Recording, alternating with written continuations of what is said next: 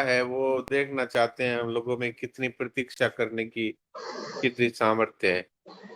तो ठीक है, आपने तो जाय विधि राखे राम ताई विधि रही है। तो यहाँ चौथे प्रश्न का उत्तर भगवान दे रहे हैं, चित्त प्रज्ञ कैसे चलता है? किमासीत व्रजेत किम, व्रजेत किम अर्थात कैसे चलता है।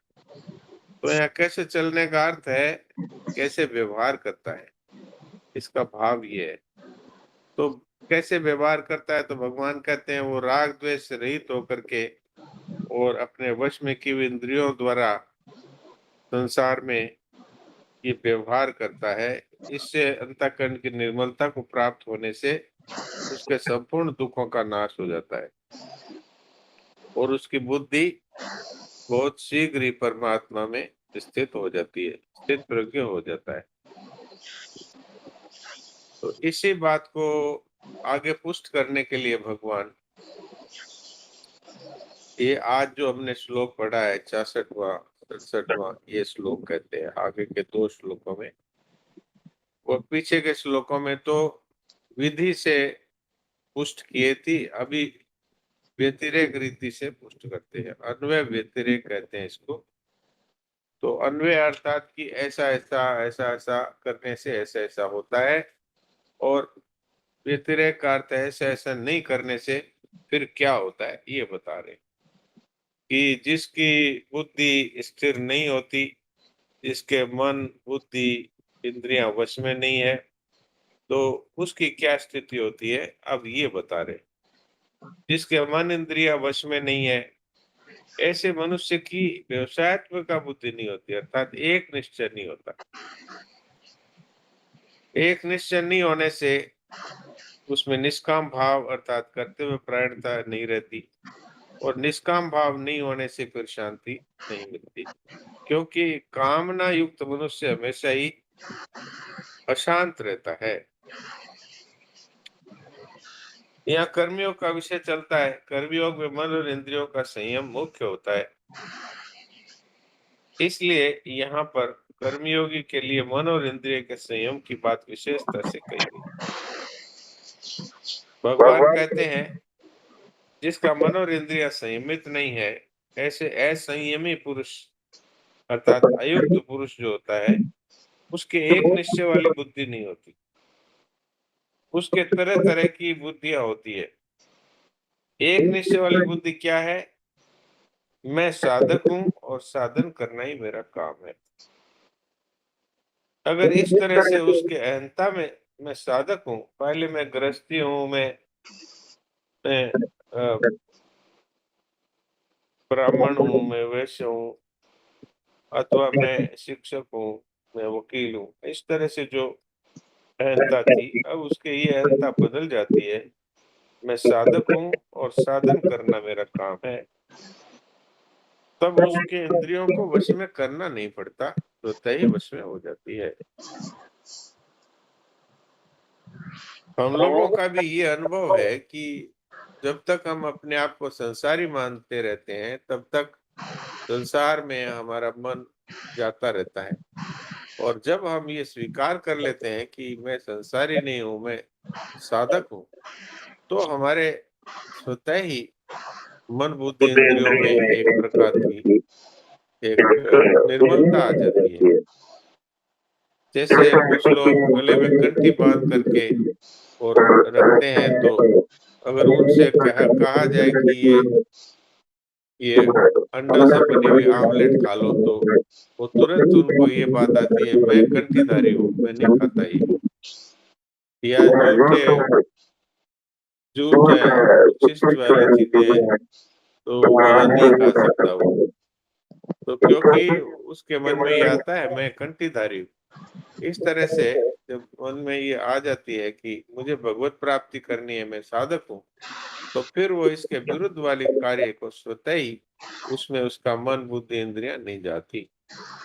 तो इसलिए ये इसकी बड़ी भारी आवश्यकता है अपने अहम को बदलने की। जिसकी बुद्धि में ये निश्चय नहीं होता कि मेरे को तो केवल परमात्मा की प्राप्ति करनी है अथवा केवल कर्तव्य का पालन करना है, और इच्छा, कामना, आसक्ति इत्यादि का त्याग करना है, उसमें ये इस तरह की दृढ़ता नहीं रहने से ही वो भोगों की तरफ खिंच जाता है। और जो भोगों की तरफ खिंच जाता है, कर्तव्य से च्युत हो जाता है, उसको कभी शांति नहीं मिलती। क्योंकि कर्तव्य की जगह अकर्तव्य करने लगता है, तो फिर शांत कैसे रह सकता है? और जो शांत नहीं रह सकता, उसको फिर सुख कैसे मिल सकता है? अशांत से कुतः सुखम। इसलिए इसकी बड़ी भारी आवश्यकता है कि हम अपना एक निश्चय बनाएं और अपने अहम को बदल ले कि मैं साधक हूं, इसलिए मैं असाधक पुरुष की तरह व्यवहार नहीं कर सकता। ऐसे जिसकी बुद्धि स्थिर नहीं है, ऐसे लोगों की और क्या दशा होती है, ये बता रहे हैं। इंद्रियाणाम चरताम विधीयते तदस्य हरति प्रज्ञां वैरुनाभिवाम्भसि। उदाहरण देकर के भगवान बताते हैं कि जैसे जल में तेज चलने वाली वायु है, वो नौका का हरण कर लेती है, अर्थात उसको सही रास्ते जाते हुए रास्ते से भटका देती है। ऐसे ही अपने अपने विषयों में विचरती हुई इंद्रियों में से एक इंद्रिय जिस मन को अपना अनुगामी बना लेती है, वह अकेला मन ही जल में नौका को वायु की तरह इसकी बुद्धि का हरण कर लेता है। इसमें भी मूल बात यही है कि मनुष्य जन्म केवल आत्म साक्षात्कार के लिए अथवा केवल परमात्मा की प्राप्ति के लिए मिला है। इस तरह ध्येय दृढ़ होने से साधक की अहंता बदल जाती है। अहंता से भोगों का महत्व हट जाता है और फिर उनकी एक निश्चय वाली बुद्धि हो जाती है। पर जब तक वो व्यवसायत्मिका बुद्धि नहीं होती, तब तक उसकी क्या दशा होती है, ये इस श्लोक में बता रहे हैं। जब वह कार्य क्षेत्र में सब तरह का व्यवहार करता है वह साधक, तो उसके सामने इंद्रियों के विषय आते ही है। अगर उसका एक निश्चय नहीं है, तो फिर वह एक इंद्रिय उसके मन को खींच लेती है और फिर मन उस विषय का सुख भोग करने लग जाता है, अर्थात मन में सुख बुद्धि भोग बुद्धि पैदा हो जाती है।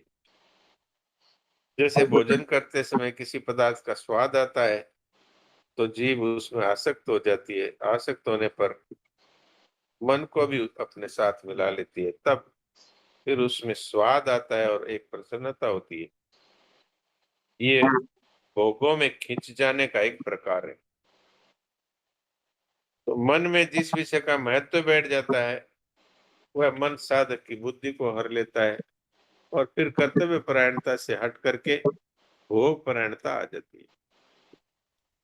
फिर वो जो निश्चय है परमात्मा की प्राप्ति ही करनी है, वो बुद्धि का हरण हो जाता है, अर्थात फिर वो व्यवसायत्मक बुद्धि नहीं रहती। तो ये नौका और हवा का दृष्टांत दे करके महाराज जी बता रहे हैं कि नौका को दो तरह से पथ भ्रष्ट करती है। एक तो उसको रास्ते से हटा देती है अथवा उसको जल में डुबा देती है। तो इसलिए मनुष्य को ये ध्यान रखना चाहिए कि मेरा एक निश्चय पहले होना बहुत आवश्यक है। अगर निश्चय सही रहेगा, तो फिर मन बुद्धि इंद्रियां स्वतः ही वश में रहेगी। जैसे व्यापारी का निश्चय होता है कि मुझे धन कमाना है, तो फिर वो ऐसा कोई कार्य भूलकर भी नहीं करता जिससे धन का नाश होता है। ऐसे ही जो मुझे केवल परमात्मा की प्राप्ति करनी है ऐसा निश्चय कर लेता है, तो फिर उसके बाद वो ऐसा कोई कार्य नहीं कर सकता कि जिससे इस लक्ष्य के तरफ जाने में किसी प्रकार की बाधा लगती हो। इसलिए साधक को व्यवसायत्मक बुद्धि रूपी नौका पर आरूढ़ होकर संसार सागर को पार करना है और परमात्मा की तरफ चलना है। इसलिए मन इंद्रियों के वश में नहीं होना, ये उसका ध्येय बन जाता है। जब तक मन किसी इंद्रिय के साथ नहीं होती है, तब तक वो बुद्धि का हरण नहीं कर सकता। वो मन, वो इंद्रिय और मन जब मिलते हैं तभी बुद्धि का हरण होता है। इसमें बाण बनाने वाले एक व्यक्ति का उदाहरण दिया है श्रीमद् भागवत में। एक व्यक्ति बाण बनाने में इतना पर हो गया था कि उस बाण की धार उस और राजा की पल के निकल गई। तो पता लगा, हम ये अन्न है, जब हम किसी तत्पर जाते हैं, हमारा मन उसमें लग जाता है, कोई से निकलता है, कह जाता है